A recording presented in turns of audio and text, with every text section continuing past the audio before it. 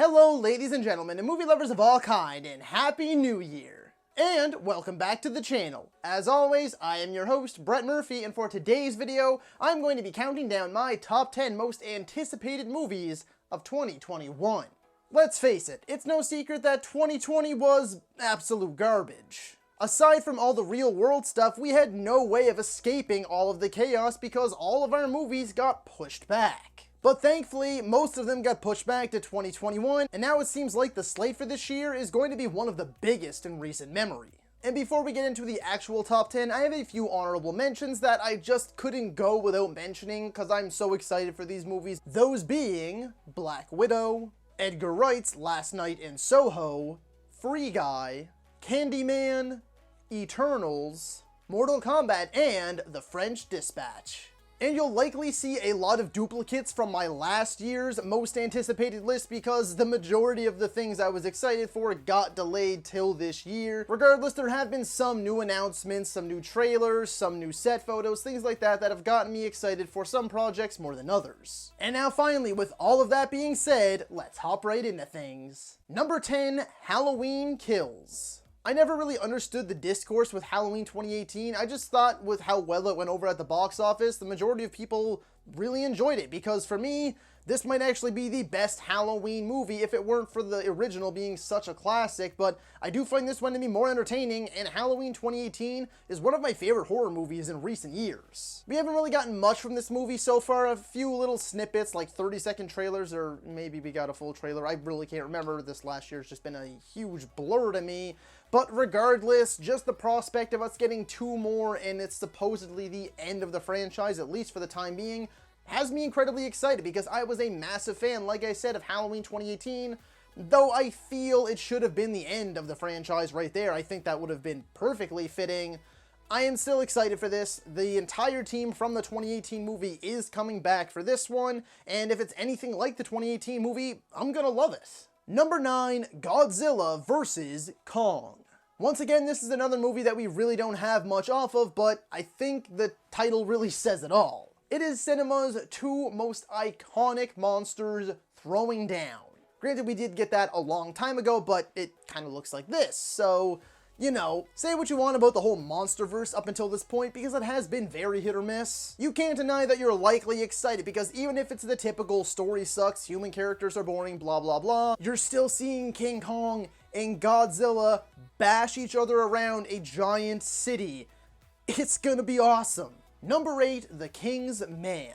So this is Matthew Vaughn's prequel to the Kingsman series, and I love the first two movies, and I love them equally. I like their over-the-top, crazy, balls-to-the-wall nature. This movie looks badass. It looks to bring everything that we loved about the first two back to the inception of the Kingsman. Cinematography looks gorgeous, the action looks fast-paced, and the jokes are seeming to land, at least in the trailer. And if it's anything like the first two, I'm sure we're in for a wild ride.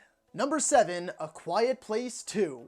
The first movie is one of the best and most surreal theater experiences I have ever had. I swear, people in the movie were actually genuinely afraid to breathe. I know I was. And if John Krasinski can replicate that formula, I'm all for it. The main thing I am excited for with this movie, aside from Cillian Murphy, because I think the dude's a great actor, and I really do feel like he's gonna fit in very well, is those flashback scenes. I am a sucker for apocalypse movies where you actually get to see the world fall apart, and it seems like we are going to get at least some sequences showing the beginning of this invasion or whatever it is, and that has me extremely pumped up for this one. Number 6, The Suicide Squad. Another one that we haven't got an official trailer for. We did have that sort of behind-the-scenes pseudo-trailer type thing. Regardless, look at the cast, look at the director, look at the costumes. It is a comic book movie come to life, and James Gunn poured his heart and soul into this one. The cast all look phenomenal, and it's one of the biggest, most exciting casts I have seen in quite some time. It's gonna be a fun, campy, over-the-top, nonsensical comic book movie that is a true comic book movie, and if you're not looking forward to it, well, I don't know what to tell you, because I know I am. Number 5 is Top Gun Maverick, the long-awaited sequel to 1986's original Top Gun. A movie filled with charm, lovable characters, and only 2 songs that seem to play on repeat. I'm joking. Who doesn't love Top Gun? I watched it again last week, and then I went and rewatched the trailer for Top Gun Maverick, and it seems like it's going to be a true sequel, but mixed with some of Mission Impossible's recent films. And that is, I love those movies, and I love Top Gun. So blending Tom Cruise's Mission Impossible stunts with Top Gun-esque action or storytelling, but Top Gun-ness, that's awesome. Like, I don't know how not to be excited for this. I don't know how you could not be excited for this movie. Not to mention, I really do like how Miles Teller is going to be Goose's son, and it seems like there's going to be a bit of friction there between him and Tom Cruise's Maverick, so I'm all for it. Number 4 is Dune, which is going to be the most expensive, beautiful flop you have ever seen. Seriously, Denis Villeneuve is one of the best filmmakers working today. His work is amazing, truly one of a kind in his field. The sad thing is, though, the dude is not a box office juggernaut. Like, his movies hardly ever make any money. Although I am excited for Dune, it is a remake, and I think it's supposed to be more closely based to the original property. The trailer is stunning, it's gorgeous, the cast is massive and super talented. The visuals look top tier. It has all the makings of a new, giant, successful sci-fi franchise, but I just don't think it's gonna happen. I don't see it. Regardless, that doesn't mean that I can't be looking forward to it, and I am very much so looking forward to it. Hold on there for just a quick second, folks. If you're enjoying this video, don't get stuck in that 94% who are currently watching and not subscribed to my channel. Do me a favor and make my new year a happy one and hit that subscribe button right now if you're enjoying the video. It would mean a lot to me and my channel, and I would greatly appreciate it. And while you're at it, don't forget to ring that little bell icon, that way you can be notified about all of my latest uploads. And now, back to the video. Number 3 is Mission Impossible 7. Now, we don't have an official subtitle for this one yet. All we have is MI7, and all we have about the movie is a few behind-the-scenes videos and photos of Tom Cruise doing his Tom Cruise thing, where he's essentially trying to kill himself by doing insane stunts, and then one epic Tom Cruise freakout at the crew of the film for not following COVID-19 restrictions and precautions. But even with just those few things, it's my third most anticipated movie of the year. And that is because it is Christopher McQuarrie coming back to direct 7 and 8, which I'm sure will be on my next most anticipated list. Mission Impossible Fallout, ladies and gentlemen, is one of the best action movies in recent memory. One of my favorite action movies of all time, most likely. An easy 10 out of 10. So if 7 and 8 are anything like Rogue Nation or Fallout, we're in for a real treat, folks, because Christopher McQuarrie and Tom Cruise have been killing it. Number 2 is my number 2 from last year as well, and that is No Time to Die. This movie just seems to be perfectly blending everything that Bond fans love about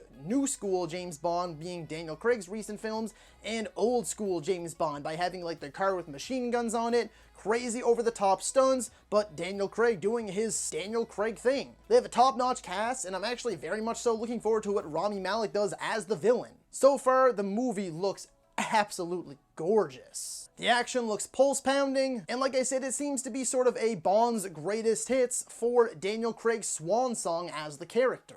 And number 1 is going to be Spider-Man 3. Or I'm sure it's going to be called Spider-Man Home something. But it should more appropriately be titled Into the Spider-Verse, the live-action version, or like going by the greatest hits like I just said with Bond, Spider-Man's greatest hits, because anyone who has ever been in a live-action Spider-Man movie seems to be in this one. And that's not a gripe or a nitpick or a complaint. It's my number 1 most anticipated movie of next year. I cannot go on enough about how thrilled and excited and hyped I am for this movie. Tom Holland, of course, is going to be our leading lady for this one once again, and then you have Andrew Garfield and Tobey Maguire coming back. We've heard that Kirsten Dunst is coming back, we've heard that Emma Stone is coming back. It has been confirmed that Jamie Foxx is back, that Willem Dafoe is back, that Alfred Molina is back. Thomas Hayden Christensen is going to be back. On top of Holland's already established rogues gallery, it's just the fact that they're actually doing this. It's both terrifying and exhilarating, because this could go horribly wrong, because I found that the other 2 Spider-Man films have been more like small scale, and I don't really know if John Watts can handle this, but if he pulls it off, this might very well be one of the best comic book movies ever made. This could go horribly wrong, but honestly, the MCU really doesn't miss in my mind, so I really think they're going to pull this off, and I think it's going to be something special and really unlike anything we've seen before. So that is all for today's video, folks. Be sure to let me know down in the comments if you agree or disagree with my top 10 most anticipated of 2021. If you enjoyed that video, be sure to hit that thumbs up button. And if you'd like to see more content, consider subscribing to my channel and ringing that little bell icon. That way you can be notified about all of my latest uploads. And as always, stay safe. Thank you so much for watching. And that's a wrap. Hey you, yeah you, if you made it this far, just know I appreciate you. And while you're here, consider hitting that subscribe button.